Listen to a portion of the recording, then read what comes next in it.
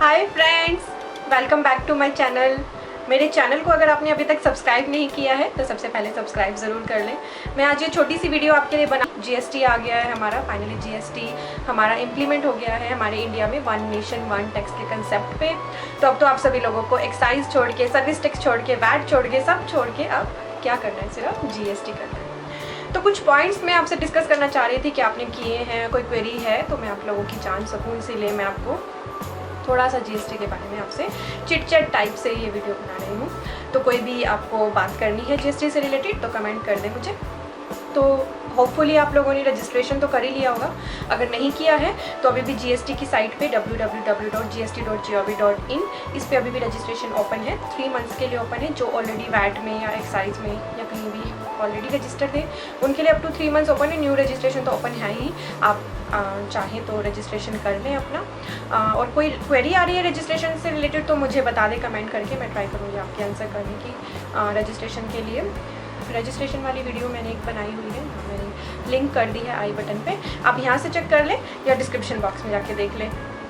अब अगर आपने रजिस्ट्रेशन करा लिया है तो आपका नेक्स्ट स्टेप क्या है, ये देखना है कि आपका रजिस्ट्रेशन का स्टेटस क्या है। क्योंकि सबसे पहले आपको अपनी स्टेट या वैट अथॉरिटी से सबसे पहले आपको प्रोविजनल आईडी और पासवर्ड मिला था। उसके बेसिस पे अगर आपने रजिस्टर किया था तो अब आपका वहाँ से ARN नंबर जनरेट हुआ था, राइट। अब उस ARN नंबर के बाद आपको अब मिलेगा GSTN नंबर। तो आपने अपना अगर रजिस्ट्रेशन चेक करना है तो वो वीडियो भी मैं यहाँ आई बटन पे डाल रही हूँ, यहाँ से देख लीजिए या डिस्क्रिप्शन बॉक्स में जाके देख लीजिए। कोई क्वेरी है तो मुझे कमेंट करके बता दीजिए। वैसे रजिस्ट्रेशन की लिमिट है हमारी 20 लाख की टर्नओवर तक आपको रजिस्ट्रेशन नहीं कराना है, पर 20 लाख या उससे ज़्यादा होते ही आपको रजिस्ट्रेशन करा लेना है। रजिस्ट्रेशन आप अपने सेल्फ डीमिंग फैक्टर में भी करा सकते हैं। आप चाहते हैं कि मैं रजिस्ट्रेशन करा लूँ, जैसे चार्टर्ड अकाउंटेंट्स है, वेदर कोई बड़ा चार्टर्ड अकाउंटेंट है या छोटा चार्टर्ड अकाउंटेंट है, वो सब यही सोच रहे हैं कि हम जीएसटी में रजिस्ट्रेशन करा लेते हैं, ये बेनिफिशियल रहेगा। क्योंकि जीएसटी के साथ अब बहुत सारे रास्ते खुल गए हैं जो पहले हमारे बंद थे। वो कौन से रास्ते थे वो मैं आपको बताऊँगी 1 बाय 1। अब आपने रजिस्ट्रेशन करा लिया, जीएसटी भी हमारा आ गया है। अब क्या है, आपको सबसे पहले क्या बनाना पड़ेगा, कोई भी सेल करते हुए इनवॉइस बनाना पड़ेगा, राइट। इनवॉइस में क्या बातें ध्यान रखनी है वो चलिए जल्दी मैं आपको बता देती हूँ। सबसे पहले आपको HSN कोड और SAC अब अपने इनवॉइस में डालना मैंडेटरी है। पर गवर्नमेंट ने इसके साथ कुछ स्पेसिफिकेशंस दी हैं, जैसे HSN कोड अगर आपकी टर्नओवर 1.5 करोड़ तक है तो नील दिखा दीजिएगा। 1.5 करोड़ से 5 करोड़ तक है तो आपको 2 डिजिट्स वाला अपना HSN कोड डालना है। और अगर आपकी टर्नओवर 5 करोड़ से ज़्यादा है तो 4 डिजिट्स वाला अपना HSN कोड आपको डालना है। अब हमारा जीएसटी क्या है, हमारा जीएसटी इनवॉइस में चल रहा है बिल टू शिप टू के कंसेप्ट पे।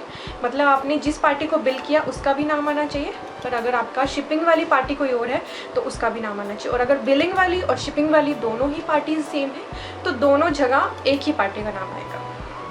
अब इसमें मैं आपको एक एग्जांपल दे देती हूँ, क्योंकि यहाँ पर हमारा प्लेस ऑफ सप्लाई भी हमें इनवॉइस में मेंशन करना है। प्लेस ऑफ सप्लाई क्यों इंपॉर्टेंट हो जाता है, क्योंकि प्लेस ऑफ सप्लाई से ही अब आपका ये डिसाइड होगा कि आपकी लोकल सेल है या सेंट्रल सेल है। कैसे होगा, एग्जाम्पल ले लेते हैं। आप हरियाणा के ट्रेडर हैं, हरियाणा से आपने एक हरियाणा के पर्सन का ऑर्डर प्लेस किया, पर उस पर्सन ने आपको बोला कि मेरा एक दिल्ली में ये वाला ऑर्डर आप दिल्ली में पहुँचाते हैं। मतलब आप बिल किसको करेंगे, हरियाणा के पर्सन को करेंगे, पर मटेरियल कहाँ जाएगा, दिल्ली में जाएगा। तो यहाँ पर आपकी सेल कौन सी होगी, लोकल सेल, ठीक है। तो इस तरह से प्लेस ऑफ सप्लाई आपकी यहाँ पर मैटर कर रही है। अब एक एग्जांपल इंटर स्टेट के लिए ले लेते हैं। आपका ऑर्डर मिला एक दिल्ली के पर्सन से, पर उसने कहा कि मेरा मटेरियल आपको सप्लाई करना है हरियाणा में, बिल करना है मुझे, तो आपकी ये सेल कौन सी होगी, आपकी ये सेल होगी इंटर सेल। तो ये चीज़ खास ध्यान रखनी है इनवॉइस बनाते हुए, क्योंकि इसी के बेसिस पे आपको IGST, CGST या SGST लगाना है अपने इनवॉइस में। अब क्या है, आप किसी पर्सन को सेल कर रहे हैं तो हो सकता है उसमें फ्रेट चार्जेस भी हों, पैकिंग चार्जेस भी हों, आपके इंश्योरेंस भी आ रहा हो उसमें। तो आपको क्या करना है, सेल वैल्यू में इन सबको ऐड करने के बाद GST लगाना है। ऐसा नहीं करना कि पहले सेल वैल्यू पे GST लगा दिया फिर इन चीज़ों को ऐड कर दिया, ये भी आपकी GST की वैल्यू का पार्ट बन जाएंगी। GST लगाने के लिए मतलब टैक्सेबल वैल्यू का पार्ट बन जाएंगे। इनवॉइस में आपको एक चीज़ और मेंशन करनी है, whether tax payable under reverse charge or not. तो अगर आपने रिवर्स चार्ज में टैक्स पे किया है तो येस कर देंगे, रिवर्स चार्ज में नहीं किया है तो नो कर लेंगे। आप कुछ पर्सनस को पहले रिवर्स चार्ज लगाना ही नहीं पड़ता था, तो कुछ पर्सनस को रिवर्स चार्ज के बारे में पता भी नहीं है। यहाँ पे मैं थोड़ा सा आपको बता देती हूँ रिवर्स चार्ज क्या है। रिवर्स चार्ज में क्या होता है कि जो टैक्स है वो सर्विस प्रोवाइडर या गुड्स प्रोवाइडर पे ना करके रिसिपेंट पे करता है। तो ये हमारा मैकेनिज्म आ जाता है रिवर्स चार्ज के अंदर। अब क्या है, आपको 20 लाख तक की टर्नओवर पे क्योंकि रजिस्टर्ड करना मैंडेटरी नहीं है तो आप क्या हो जाओगे, अनरजिस्टर्ड डीलर। ठीक है, तो अगर आप किसी अनरजिस्टर्ड डीलर से परचेज करते हो तो गवर्नमेंट कह रही है कोई बात नहीं आप कर लो, बट हमें तो टैक्स लेना है, अब आपको देना पड़ेगा। तो उस केस में आपको रिवर्स चार्ज में अनरजिस्टर्ड डीलर से परचेज करने पे टैक्स जमा कराना होगा। पर गवर्नमेंट ने अभी एक नोटिफिकेशन निकाली है, कुछ छोटे छोटे सामान भी हम ज़रूरत की चीज़ें डेली परचेज करते रहते हैं, तो उसके लिए गवर्नमेंट ने हमें एक अच्छी ऑप्शन दे दी है कि अगर आप पूरे दिन में 5000 तक की परचेज अनरजिस्टर्ड पर्सनस से करते हैं तो आपको रिवर्स चार्ज नहीं लगाना है। यहाँ पर पर्सन्स वर्ड क्यों इंपॉर्टेंट हो रहा है, क्योंकि यहाँ पर लिमिट 5000 रुपयों की है, पर्सन की नहीं। तो ऐसा मत समझिएगा कि एक पर्सन से 5000 नहीं, आपको टोटल पूरे दिन में आपने चाहे 10 अनरजिस्टर्ड डीलर से सामान खरीदा हो, उसका टोटल 5000 से ज़्यादा नहीं होना चाहिए। अगर 5000 से ज़्यादा हो गया तो उन सभी डीलर्स पे आपको रिवर्स चार्ज पे करना पड़ेगा, इनवॉइस भी बनाना पड़ेगा, सब करना पड़ेगा। तो इस चीज़ का खास ध्यान रख लीजिएगा इनवॉइस बनाते हुए। अब इनवॉइस के फॉर्मेट में बहुत सारी चीज़ें मेंशन करने के लिए सरकार ने हमें बोल दिया है। मैं आपको जल्दी ही अपनी नेक्स्ट वीडियो में इनवॉइस का फॉर्मेट आपके साथ शेयर करूँगी। कोई भी क्वेरी हो बता दीजिएगा, मैं आपकी क्वेरी का आंसर आपको।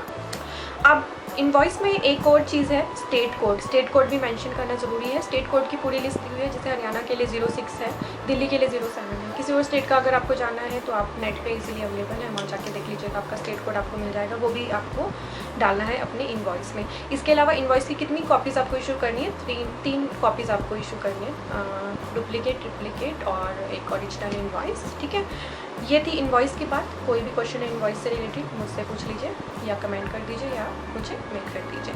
अब हमारा जीएसटी हो गया इम्प्लीमेंट, आपके पास स्टॉक भी पड़ा होगा, उस स्टॉक में हो सकता है कुछ ऐसी चीज़ें भी हो जिनका आपके पास एक्साइजेबल इनवॉइस अवेलेबल है और कुछ का नहीं है एक्साइजेबल इनवॉइस। तो अगर एक्साइजेबल इनवॉइस आपके पास है अवेलेबल तो आपका पूरा का पूरा क्रेडिट मिल जाएगा, कोई टेंशन नहीं है। पर अगर एक्साइजेबल इनवॉइस आपके पास अवेलेबल नहीं है किसी भी स्टॉक का, तो ध्यान रखिएगा कि एक तो ये क्रेडिट आपको 6 टैक्स पीरियड्स तक अवेलेबल रहेगा।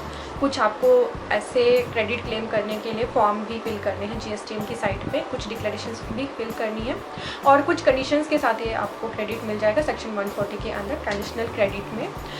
अगर आपके पास इनवॉइस नहीं है और आपके जीएसटी का रेट 18% है, उससे ज़्यादा है, तो आपको गवर्नमेंट कहती है कि हम 60% सीजीएसटी का क्रेडिट दे देंगे। और अगर आपके जीएसटी का रेट 18% से कम वाली कैटेगरी का है तो आपको सीजीएसटी का 40% क्रेडिट मिल जाएगा।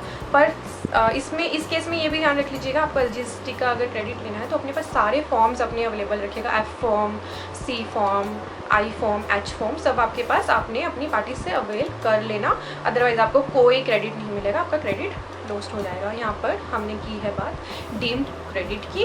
अब कुछ चीज़ें जो अच्छी हुई हैं जीएसटी में, क्या अच्छा हुआ है, कुछ चीज़ों पे आपको पहले टैक्स तो आप पे करते थे पर उसका आपको इनपुट टैक्स क्रेडिट नहीं मिलता था। जैसे एग्जांपल, आप अपने ऑफिस के लिए स्टेशनरी परचेज़ करते थे, उसका कोई आपको टैक्स क्रेडिट नहीं मिलता था, अब आपको मिल जाएगा। ठीक है, आप अपने ऑफिस के लिए फर्नीचर परचेज़ करते थे, उसका कोई क्रेडिट नहीं मिलता था, अब आपको मिल जाएगा। पर इसके साथ पर कुछ चीज़ें ब्लॉक क्रेडिट में भी डालनी है अंडर सेक्शन 17(5). वो क्या है, जल्दी जल्दी छोटी छोटी आपको बता देती हूँ। जैसे motor car and other conveyance, इन पे ब्लॉक क्रेडिट है, मतलब आप अपने लिए गाड़ी परचेज़ कर रहे हैं, अपने बिजनेस के लिए, उसके लिए वेदर परचेज़ कर रहे हैं, आप उसके ऊपर जो टैक्स है उसका इनपुट टैक्स क्रेडिट नहीं ले पाएंगे। पर अगर किसी पर्सन का बिजनेस ही मोटर कार का है तो वो ले लेगा। फूड एंड बेवरेजेस का नहीं ले पाएंगे आप, आउटडोर केटरिंग के केस में नहीं ले पाएंगे। ब्यूटी पार्लर, ब्यूटी सर्विसेज आपको अवेल करते हैं, जैसे स्पा में जाते हैं या कहीं भी जाते हैं, उसका क्रेडिट आप नहीं ले पाएंगे। पर जिनका बिजनेस ही है ब्यूटी पार्लर का या कुछ भी, तो वो ले लेंगे। हेल्थ सर्विसेज पे नहीं मिलेगा आपको, लाइफ इंश्योरेंस पे नहीं मिलेगा, रेंट नहीं मिलेगा आपको इनपुट टैक्स क्रेडिट। ठीक है, तो ये ब्लॉक क्रेडिट की पूरी लिस्ट है। मैं आपको, अगर आप चाहें तो ब्लॉक क्रेडिट के ऊपर एक वीडियो बना दूँगी। कोई भी क्वेश्चन है ब्लॉक क्रेडिट से रिलेटेड, या क्रेडिट किस पे पहले मिल रहा था या नहीं मिल रहा था और अब मिलना है, ऐसा कोई क्वेश्चन है, कमेंट करके बता दें मुझे, मैं आपकी क्वेरी का आंसर ज़रूर करूँगी। तो मतलब जीएसटी मेनली अभी आपको लग रहा है कि जीएसटी में बहुत सारी हर्डल्स हैं, पर धीरे धीरे ये सभी इश्यूज़ रिजॉल्व तो अब हमने बात कर ली, अपने इनवॉइस की बात हमने कर ली, रजिस्ट्रेशन की बात हमने कर ली बात डेबिट क्रेडिट की, हमने इनपुट टैक्स क्रेडिट की बात कर ली और ब्लॉक क्रेडिट की बात कर ली। अब एक बहुत इंपॉर्टेंट स्कीम जो गवर्नमेंट ने हमें रजिस्ट्रेशन के टाइम पे प्रोवाइड की है, कंपोजिशन स्कीम की। कंपोजिशन स्कीम हमें प्रोवाइड की है कि अगर आपकी टर्नओवर 75 लाख है उससे कम है तो आप कंपोजिशन स्कीम के अंदर रजिस्टर कर सकते हैं। इसी कुछ और कंडीशंस भी हैं, जैसे सर्विस प्रोवाइडर के केस में सिर्फ रेस्टोरेंट वालों को ये कंपोजिशन की स्कीम के लिए गवर्नमेंट ने प्रोवाइड किया है। और आपको इंटर स्टेट सेल नहीं करनी है, आपको इंट्रा स्टेट सेल करनी है अगर आप कंपोजिशन में जाना चाहते हैं।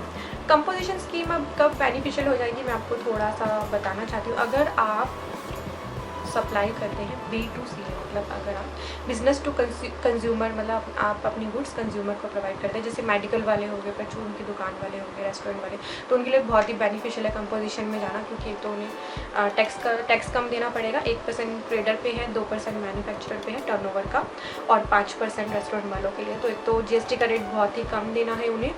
रिटर्न्स भी उनके लिए सिंप्लीफाइड है क्योंकि उन्हें क्वार्टरली फिल करनी है। तो कंपोजिशन में बहुत सारे बेनिफिट हैं अगर आप कंपोजिशन लेना चाहते हैं और कस्टमर्स को सीधा आप सर्विस या गुड्स प्रोवाइड करते हैं, तो आपके केस में बहुत ही अच्छा है कंपोजिशन में जाना। पर अगर आप B2B करते हैं तो देख लीजिएगा, क्योंकि तब मैं आपको सजेस्ट नहीं करूँगी कंपोजिशन में जाने के लिए, क्योंकि आप सभी बिजनेसमैन्स ये कोशिश करेंगे कि वो सारा सामान रजिस्टर्ड पर्सन से ही खरीदें, क्योंकि उन्हें अदरवाइज रिवर्स चार्ज में जाना पड़ेगा, इनपुट टैक्स क्रेडिट भी नहीं मिलेगा एंड ऑल। तो इसीलिए अगर आप B2C सप्लाई करते हैं तो composition is good for you if your turnover is less than 75 lakh. पर अगर आप B2B सप्लाई करते हैं तो अपने बिजनेस के नेचर को ध्यान में रखते हुए ही कंपोजिशन स्कीम में जाइएगा, अदरवाइज मत जाए। अब रिटर्न की बात कर लेते हैं, क्योंकि अब आपको बहुत सारी रिटर्न्स फाइल करनी है। एवरी मंथ आपको 10 तारीख से स्टार्ट करके और 20 तारीख तक सभी रिटर्न्स अपनी फिल करनी है स्पेसिफाइड फॉर्म्स में GST की साइट पे जाके। पर क्योंकि अभी इम्प्लीमेंटेशन स्टेज पे हमारा GST है, तो थोड़ा सा सिंप्लीफाई करने के लिए और थोड़ा सा रिलैक्सेशन देने के लिए गवर्नमेंट ने एक नया फॉर्म इंसर्ट किया है, GSTR 3B। उसे आप भर लेना है अपनी 20 अगस्त तक, मतलब जुलाई वाला भर लेना है आपने 20 अगस्त तक, जिसमें सारी डिटेल्स डाल देनी है। GSTR 1 फिर आपने जुलाई वाला देना है गवर्नमेंट को 5 सितंबर तक, GSTR 2 आपने देना है गवर्नमेंट को 10 सितंबर तक, और GSTR 3 आपने फिल करनी है 15 सितंबर तक। ये मैं जुलाई वाली बात कर रही हूँ। अगस्त वाली की अगर मैं बात करूँ तो अगस्त की GSTR 3B आपको भरनी है 20 सितंबर तक, GSTR 1 आपको भरनी है 20 सितंबर तक, GSTR 2 भरनी है 25 सितंबर तक, GSTR 3 भरनी है आपको 30 सितंबर तक। तो ये मैंने यहाँ पर आपको अगस्त वाली रिटर्न्स के बारे में बताया। तो ये बहुत ही अच्छा एक ऑप्शन दे दिया है गवर्नमेंट ने हमें, ताकि हमें थोड़ा सा टाइम एक्स्ट्रा मिल जाए, बिकॉज अभी स्टार्टिंग स्टेज पे है, बहुत सारी कन्फ्यूजन्स हैं। धीरे धीरे लोग इससे गो थ्रू होने के बाद इसे स्मूथ प्रोसेस में इसकी चले जाएंगे। तो ये थी मेरी वीडियो GST से रिलेटेड। आपको कोई भी क्वेरी है बिना हेजिटेशन के पूछ लीजिए, कमेंट कर दीजिए, मेल कर दीजिए। मेरे चैनल को सब्सक्राइब कर लीजिएगा, मेरी वीडियोस को लाइक करना मत भूलिएगा, क्योंकि इससे मुझे बहुत मोटिवेशन मिलता है और भी अच्छी वीडियो बनाने के लिए फ्यूचर में आप सभी के लिए। आप मेरी फैमिलीज़ हैं, मेरे चैनल को ज़रूर सब्सक्राइब कर लें, और कोई सजेशन देना है तो प्लीज़ मैं तैयार हूँ। And thank you for watching. Bye bye.